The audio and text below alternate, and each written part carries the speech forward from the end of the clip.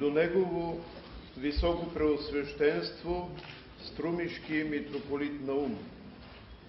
Ваше високо преосвещенство, в деня, когато църквата в Македония тържествено празнува подвига във вярата и небесната прослава на светите славни 15 тевелиополски свещеномъченици, отправяме към вас първосветителски благослов и всесърдечни благопожелания за крепко здраве и още по-голямо дразновение във вашето митрополитско служение на светата и богохранима Струмишка епархия. Познаваме ревността ви по Божието дело и мисията на църквата и вярваме, че под неуморивите ви грижи тази прекрасна епархия и занапред ще продължи да възраства и да принася богат плод на святост и църковна просвета. За слава на нашия Господ Иисус Христос и за прослава на Божието име сред човеците.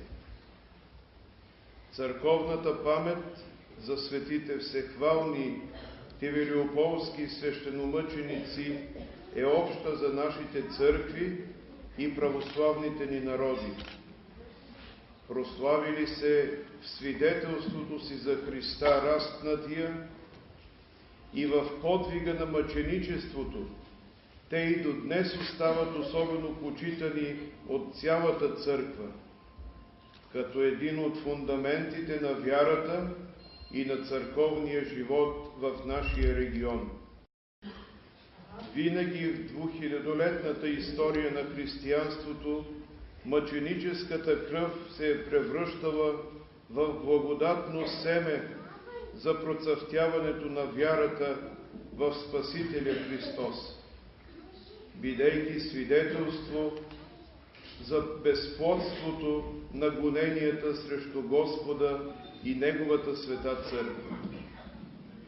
Същото се случило и след жертвения подвиг на светите тевелиополски мъченици, чието пример за вярата продължава да пленява и днес хиляди души да следват спасителния път на Евангелието и Христовите заповеди, за да наследят Божието царство и вечния живот.